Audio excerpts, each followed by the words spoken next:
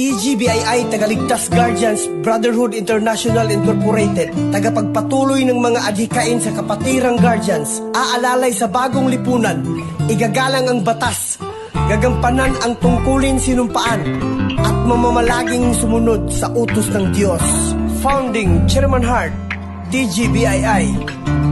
Tayo'y sama-sama sa pag-unlad at pagkakaisa, panibagong pag-asa, lagi ang bit-bit mula umpisa. Tuloy lang sa pangarap, di natinag sa pagsubok, di nadadala. Kahit anong dagok, kapatiran, di magigiba.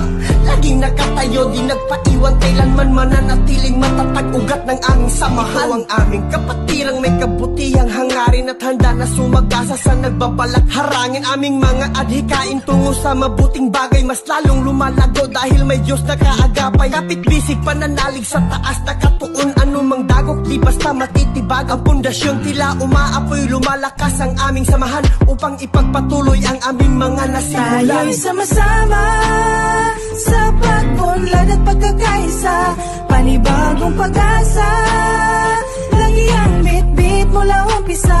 Tuloy lang sa pangarap, di natinag sa pagsubok, di nadadala. Kahit anong dagok, kapatiran, di magigiba. Laging nakatayo, di nagpaiwan, kailanman mananatiling matatag ugat ng aming samahan. Kami ang tagaligtas, alalay sa bagong lipunan at magpapatuloy sa adhikain ng kapatiran. Handang magbuhis ng buhay, mag-alay ng dugo, tungkulin ay gagampanan para sa aming hukbo. Igagalang ang batas kahit saang bansa umabot, mananatiling matatag, buong puso't di matatakot. Taas noo ang guardians ay ipagmamalaki, TGBII Dubai, Aguila Chapter yung kami. Tayo'y sama-sama sa pag-unlad at pagkakaisa, panibagong pag-asa, lagi ang bit-bit mula umpisa. Tuloy lang sa pangarap, di natinag sa pagsubok, di nadadala. Kahit anong dagok, kapatiran, di magigiba. Laging nakatayo, di nagpaiwan, kailanman mananatiling matatag ugat ng aming samahan. Tayo'y sama-sama sa pag-unlad at pagkakaisa, panibagong pag-asa, lagi ang bit-bit mula umpisa. Tuloy lang sa pangarap, di natinag sa pagsubok, di nadadala. Kahit anong dagok, kapatiran, di magigiba.